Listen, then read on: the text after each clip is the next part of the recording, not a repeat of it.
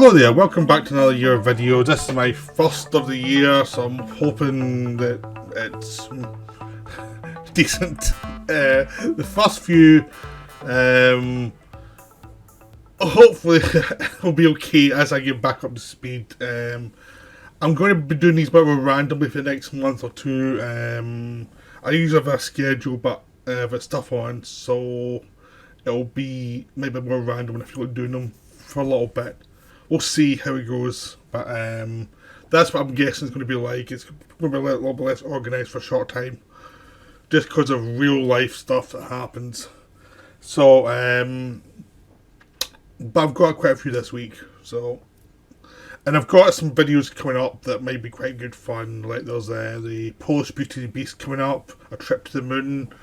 We've got the Hobbit and Lord of the Rings trilogies, stuff like that. Coen the Barbarian video. So there's stuff coming up in the next few weeks that I have watched that will be getting done. This week I've got a bunch of stuff, including the stuff I watched over Christmas that did not make a whole video. But I'm going to start off with the Tragedy of Macbeth, which is the new. It's not a Coen Brothers film. It's a one Coen brother. It's Joe Coen who made this one and adapted it. Without Ethan Coen this time, who apparently wasn't interested in doing Macbeth, so Joe Coen went alone with this one. But obviously you can tell where he's come from, since he made films with his brother for so long that there's so much stamped in already. But it also feels slightly different, but the same as the Coen Brothers films. It's a stretch. So, The big thing I should say straight away with this film is that it is very good. I don't think it's as good as the Orson Welles version of Throne of Blood. I prefer those two. I think those two are more unique films. I think they just when both of them when all three of these films are in black and white. I mean, Joe Coen did his in black and white, but the Wales one was in black and white. It was much more atmospheric. And Throne of Blood was in black and white and set in Japan. And Throne of Blood took away a lot of the language because it was set in Japan, but the story was there and the atmosphere was there. The Orson Welles one really took in the language and made it haunt the entire world, basically. And it was beautifully done. I just adore the Orson Welles Macbeth. This one is a kind of a combination of both. There's a lot of language, but there's a lot of visuals, so it's both. I mean, Orson Welles also did some great visuals in his film, which is that the language was the thing that he used the visuals to explore, really. And I think it was just a more tactile film by someone who really understood the text. This one is an adaptation. It's like adaptation of someone who has a very clear view of what he wants from the text, you know. So it is slightly different from the Orson Welles one. It's a lot better than the Polanski one. The Polanski one just felt, I like the Polanski version, but it feels a bit bitty. It doesn't feel quite like some of the actors are fully grasping the language. And this one has that same problem early on. The first, I'd say, third, as they're going up to the first murder, feels like a bit hit and miss when it comes to the language of people talking. Yeah, some people are very good at the language and make you understand exactly what people are saying, and it feels very natural. There's others who it feels a bit stagey and not so confident. You know, there's that kind of weird mix. But it gets better as it goes along. I think as the story really kicks in and a lot of the language chosen, I think the actors have a much better grasp of it as it goes on. It's just early on it feels a bit like some actors are struggling a little bit, or they're going for atmosphere, and it's sometimes you don't quite follow some of the wordplay. But that's something I only found early, really. And it could be me not having watched Shakespeare for a bit and having to get back into my ear to the language. But to be honest, the first third, there were scenes that felt like they were a bit wandery.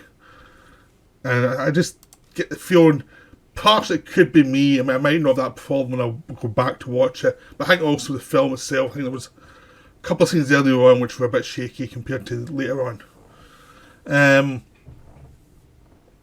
The good thing though is you get the feeling that the film kind of gets all of its influence out of its system early on too, and you kind of get used to the fact that it's in black and white, it's 4:3, so it will echo Throne of Blood and the Welsh version, but it's not trying to be that either. And if you've seen those films, this feels like there are nods to it. There's certain sets, the way they're set up, reminded me of Throne of Blood. There's certain approaches reminded me of the waking supernatural world of the Welsh film, but it feels different in its own. It feels much more like a film noir, really, which is much more the Coen brothers niche thing. Anyway, so there is a sense that there is influences from the other versions of Macbeth, but it's all in shape. It's almost like it's acknowledged those influences and then they move on and just do their own thing, but it's there and it continues to be there, but it's to get the kind of that out of the way pretty quick. Now the acting is very good. Once you get beyond a certain point, again I feel like they got the kind of weakest performances early. And I mean, Ralph Ineson turns up early on, and he's probably the weakest. He's the first person that speaks, but he seems the one who struggles most, and he's the opening dialogue, which kind of really sets you off like, oh, because that's maybe a problem. But after that, it's a lot better. But the Three Witches thing is one actress doing it, and it's like reflections of one person, and some of her dialogue in the first section feels a bit rushed, like it could have slowed it down just a little bit so you could follow the language a bit more. So you get the atmosphere of that, but it feels a bit more rushed. That's kind of the two that are really jump out at me. The performance of most of the rest pretty much turn out to be really well because they're not trying to be other people. They're not trying to be influenced by other people. This is a film that actually had to stop shooting at a certain point because of COVID and come back. I'm not sure if that time gave people actors a chance to keep on working in the dialogue, but it does feel like it does get more confident in the language use as the film goes on. I don't know if it was shot in like in order or it was shot in bits. I don't know what it is because it's very stage bound, so you're feeling as if they shot from set to set really. But I don't know what order they said it. I'm not sure if they were confident at the start or then when they had to come back. So maybe that's when some of the weaker scenes were there, or did they just get better as went along? But it just feels like it's more confident as it goes on in the language use. But also, there's also the thing is they're much more prepared for the story and the language to come together as soon as things happen. Like at the beginning, people are just saying, "Oh my noble lord," and all the rest of it, and it is trying into the way of people, how they interact, and how they deliver these bits of dialogue, and it works really well to show the atmosphere of the place, which is one thing the film's very successful at. Is the idea is that these people, their morality is based on superstition, but it's also based on a psychology worked out of this superstition. They don't have science. They've got a general idea of God and nature and the world around them, and everything can be corrupted by different things. The idea of the afterlife is something that we go to heaven or hell depending on your deeds, and no one's quite sure if they're good or if they're bad, and everyone has the hang-ups of today, but they don't know how to express it, and that's what film really works well as, is this idea that people have all these problems, but they don't know how to deal with them, and that's where the modern take on language works. The sense is they're using the language, but they're also like updating it so that you have American accents, you've got different accents. It's like the whole idea is this world, even though it's Scotland, they never have Scottish accents. And I'm not even trying to do that because it's like, well, this could be anywhere. And this is just a world where people's idea of morality comes from a different time, a different point of view, but all our human problems are still here. And the language is an expression of the human problems. So that really worked as it goes on, as you get into the drama of Macbeth and his actions. So it really does work as it goes on. It just a bit weak to start. Because Denzel Washington obviously is black, and most Macbeths are white. They do that the same way they did it in the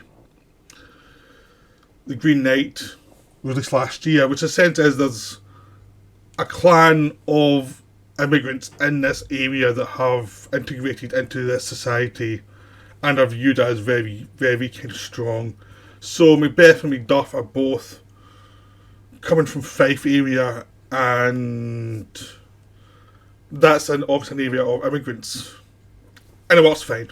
It's like, okay, I get that. They've actually worked the world out for that. That area is the area of immigrants, and the rest of the cast are white. But it's just like an area in the country that has immigration, and they've worked the racial stuff out, and these people can now climb the food chain.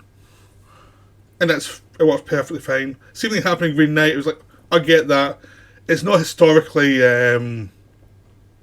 accurate, but it allows for this story, this imaginative version of the story to take place, and we're not just thrown at you and saying, they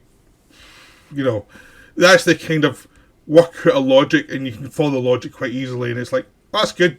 They're in that world. That's fine. I don't have to think about it again. And that's what we quite like. It's quite good that people try and reinterpret these works with different cultures to actually see where the cultures come together and develop and how they're the same and different. But you just got to explain it a little bit so that people can understand. You just have to do it properly. And this film does it properly.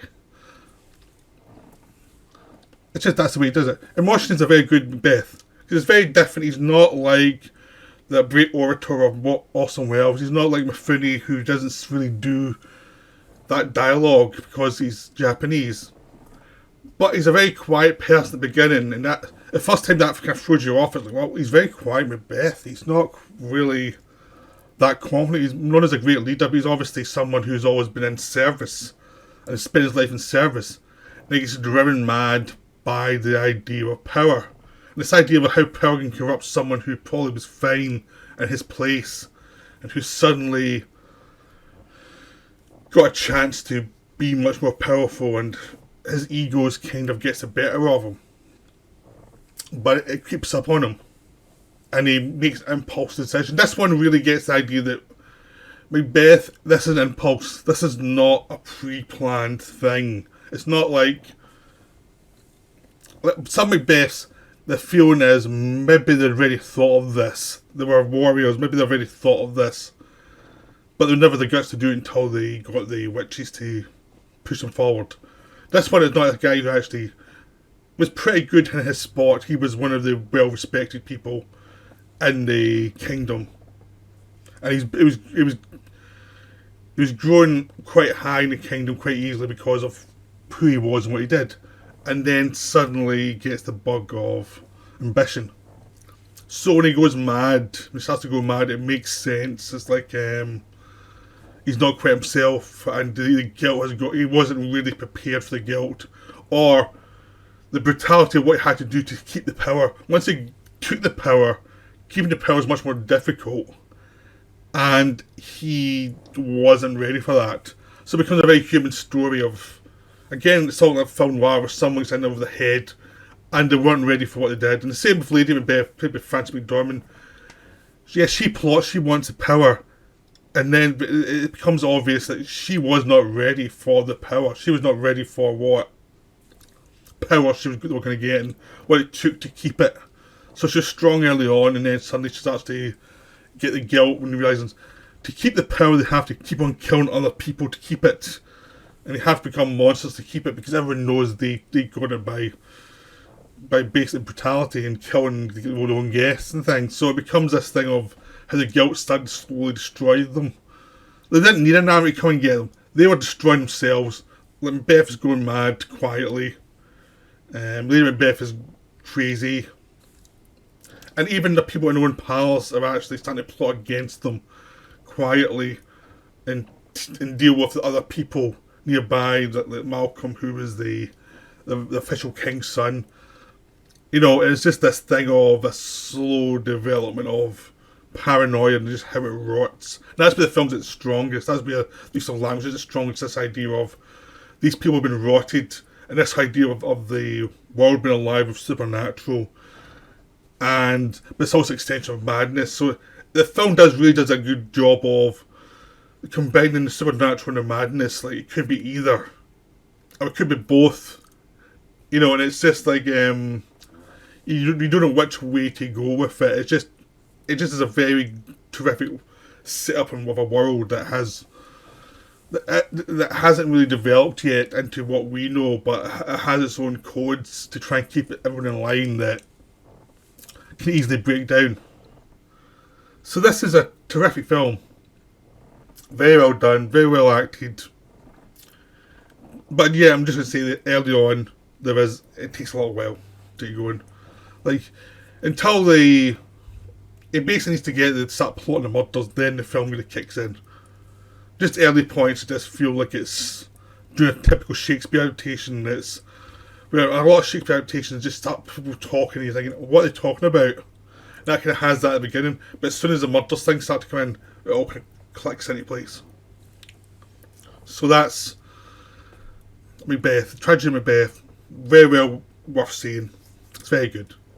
Just there's other better versions of it, but this is still one of the top tier versions. So I'd recommend it. So I hope you enjoyed the video, and I'll be back soon with another one. Right, bye for now.